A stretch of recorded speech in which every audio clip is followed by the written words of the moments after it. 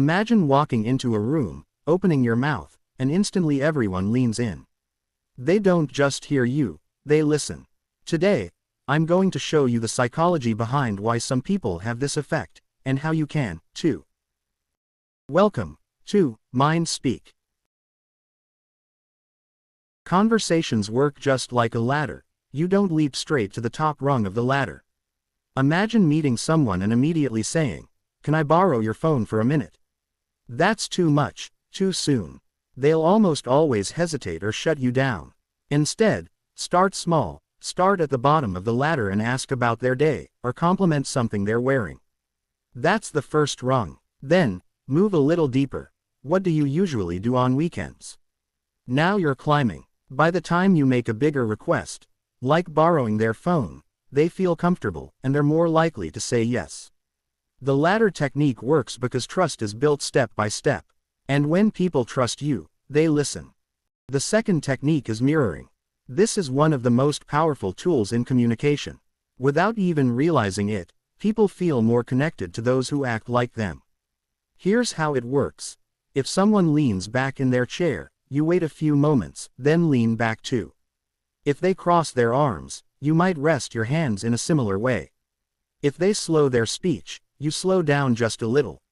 The key is subtlety. Don't copy everything they do, or it'll feel fake. Instead, think of it as harmonizing in music.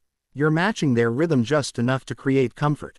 And when people feel comfortable, they naturally start paying more attention to what you say.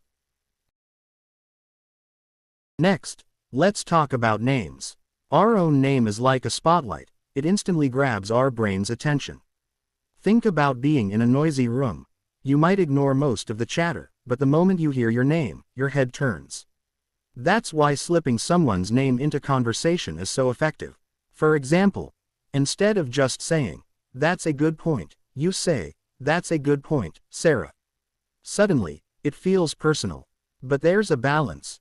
Use it too much, and it feels manipulative. Use it naturally and sparingly, and it keeps people tuned in, even if their attention starts to drift off.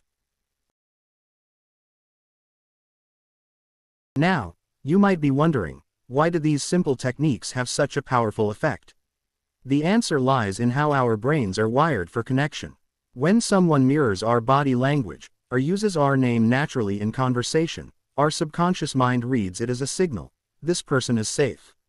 This person understands me. It's a psychological shortcut. You see, humans evolved to quickly decide who we can trust.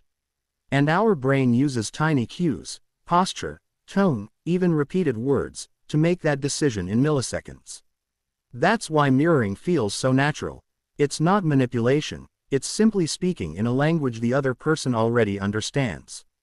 And when you use someone's name, something fascinating happens. Studies show the sound of our own name lights up unique regions of the brain.